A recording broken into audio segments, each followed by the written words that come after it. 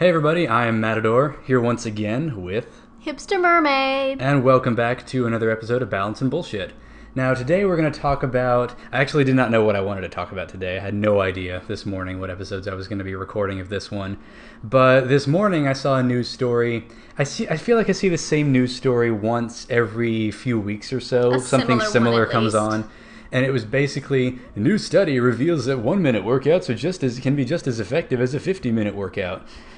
And they went on to talk about high-intensity interval training, which is something I really love. I'm all about that stuff. We've both been doing it. Yeah, high-intensity interval training, or HIIT training, as it's more commonly referred to, which is a really good thing. But what they meant by that was it's a workout type that it actually went on for 10 minutes, I think it was. Mm-hmm. And it was basically like 1 minute of very intense activity. Yes. And then a couple minutes of either rest or low-intensity activity, depending on the workout.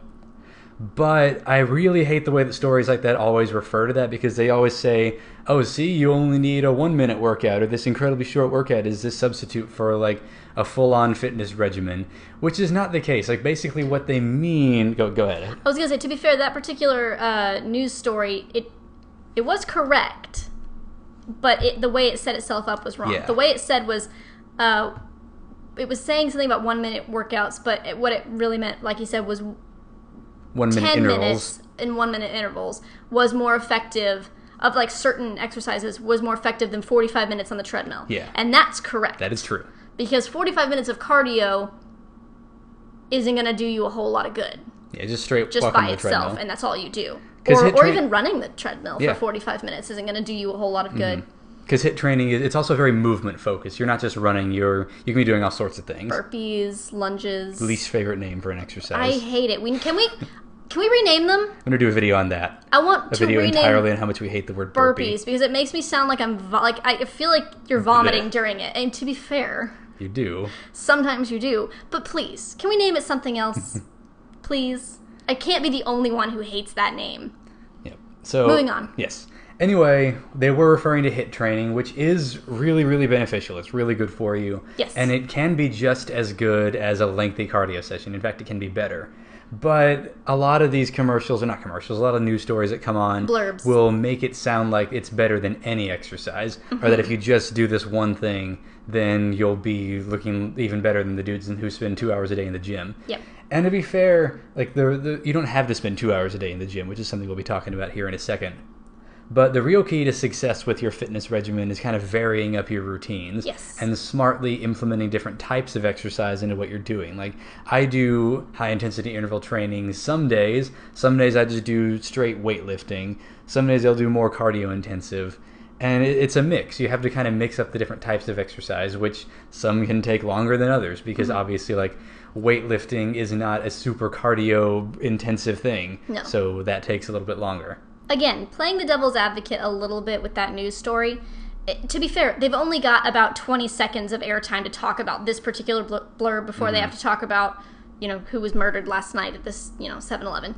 But the problem with the way that it's... Accurate, but dark.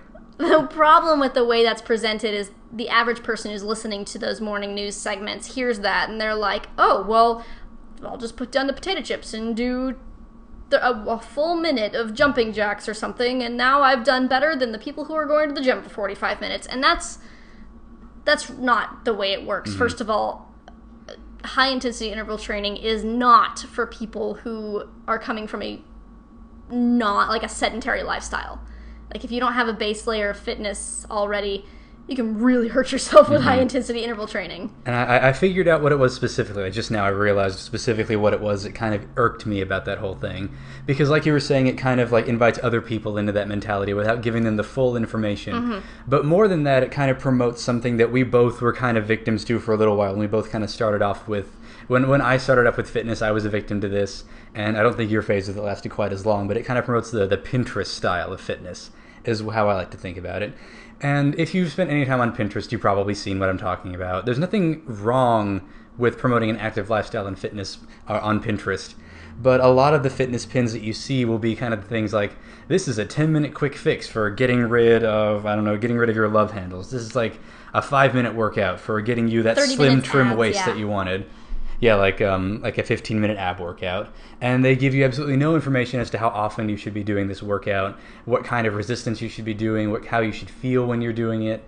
And that's the only information they give you, which is what leads to a lot of people just trying to get fit and then burning out because they're not seeing the results they want, because they're not coming at it with context. They're not training smartly. They're not being taught by someone how to do it. Yep. It's just a quick little like 500 by 700 PNG that they found on Pinterest that was a claim to show them the secrets of how to get fit, or a claim to show them the secrets of a thin waist. Yeah.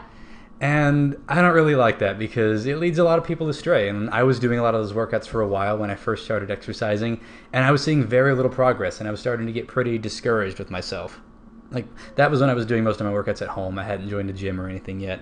So that was just what I had to go on. I didn't have any personal trainers. I didn't really have anybody else in my life who was fit and active and exercised frequently. So that was the only thing that I had. That was my only source. So that's kind of my beef with a lot of stories like that. Like you were saying, I get that they only have a certain amount of airtime. They got to talk about this really quickly, and you don't have enough time to get all the information out there. Right. But I don't know. Something about that always bothered me. It is bothersome because without all of the information and all the context, it is potentially dangerous. I mean, at the mildest, it's ineffective. Mm-hmm. But at its most extreme, it's dangerous. So it's bothersome. Yeah. And also another thing that they didn't really talk about was high-intensity interval training is very intense. Yes. It is, like, it's very effective, but it's because it's like the worst 5 minutes of your life. So, like, the way that it would work is, like, specifically talking about, let's compare it to the treadmill. So you run for 45 minutes on the treadmill, and it's saying that high-intensity interval training is better than that. So that's 10 minutes of a minute of sprinting at your fastest that you possibly can. Like, not like pacing yourself. Mm-hmm. You're going all out, pedal to the metal. You're falling over yourself at the end of those 60 seconds. And then you take about 30 seconds to catch your breath. And then another minute of absolutely going as hard as you possibly can. Mm-hmm. It's brutal. So that's another thing they didn't talk about. They're like, yeah, it's very effective because it is not for the faint of heart. Mm-mm. It's really, really challenging. That being said, if you want to try to implement that into your fitness life intelligently and actually look at videos on people who really know how to do it and can tell you good information on doing that, super awesome. Really great for your fitness life, and it's great for doing cardio.